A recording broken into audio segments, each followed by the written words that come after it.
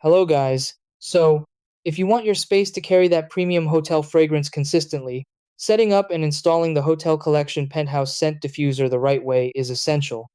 This isn't just about plugging it in, it's about proper placement, correct bottle installation, and making sure the device is configured to match your room size.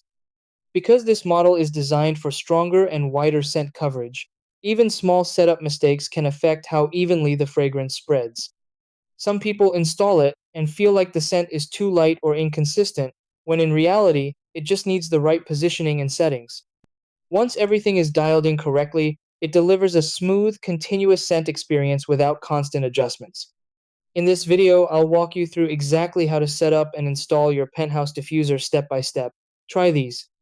Step 1. Place the diffuser in a central, open location for better coverage. Step 2. Connect the unit to a power source and switch it on. Step 3. Open the diffuser panel to access the fragrance chamber. Step 4. Insert the scent bottle securely into the connector. Step 5. Close the panel tightly to ensure proper sealing. Step 6. Adjust intensity settings and confirm scent disperses evenly.